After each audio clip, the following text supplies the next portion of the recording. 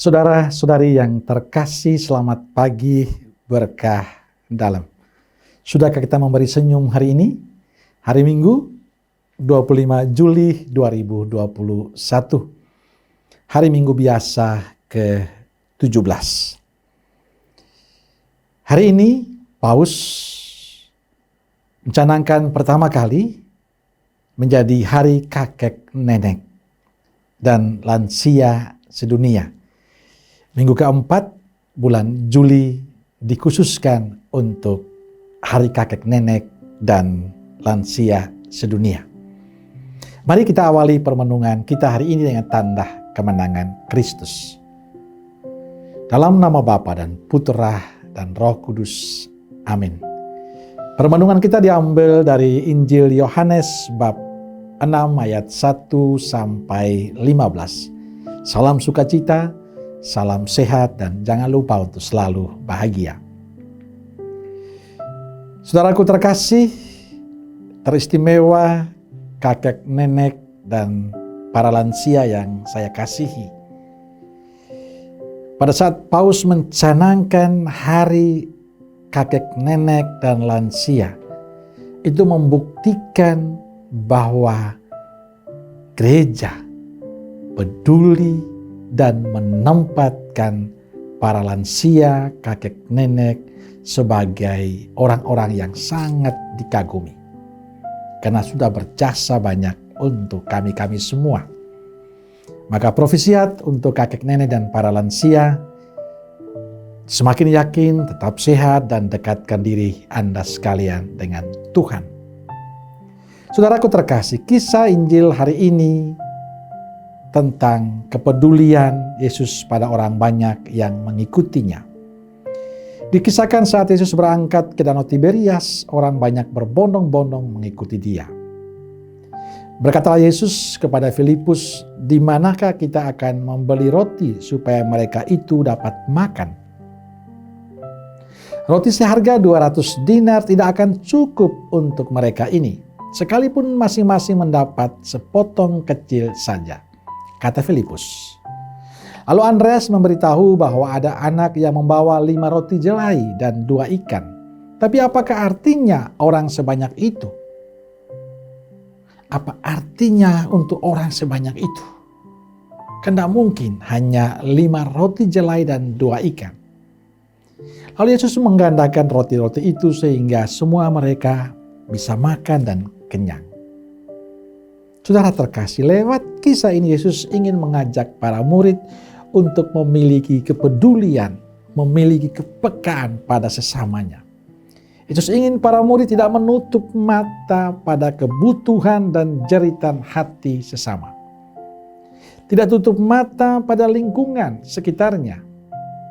Pada saat Yesus bertanya pada Filipus, "Di manakah kita akan membeli roti supaya mereka itu dapat makan?"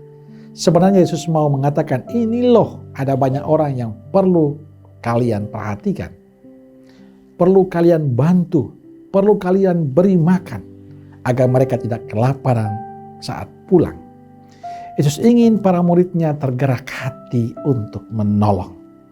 Inilah cara Yesus mengajak mereka untuk solider dengan yang lain.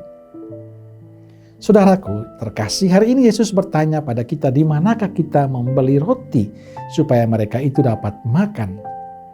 Yesus mengajak Anda dan saya supaya kita peduli dengan sesama kita yang lain. Inilah tantangan kita di zaman ini.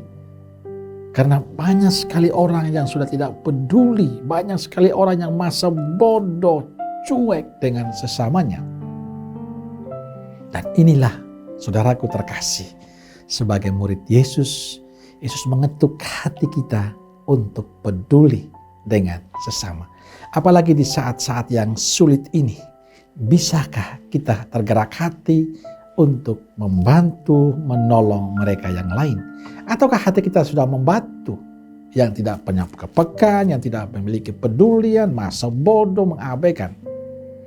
Bisakah kita tidak mengatakan roti seharga 200 dinar tidak akan cukup untuk mereka ini? Yesus butuh sikap solider dari kita. Yesus butuh sikap tulus dari Anda dan saya.